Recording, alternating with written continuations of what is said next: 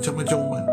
Dan ni sahabat-sahabat cuba bayangkan semua penyakit-penyakit umat tu yang mana menyebabkan Allah murka dan Allah datangkan hukuman, orang kata tunai, tak tertangguh punya hukuman. Tetapi hari ini semua perangai umat, perbuatan umat tu ada dalam umat Nabi Muhammad sallallahu alaihi wasallam.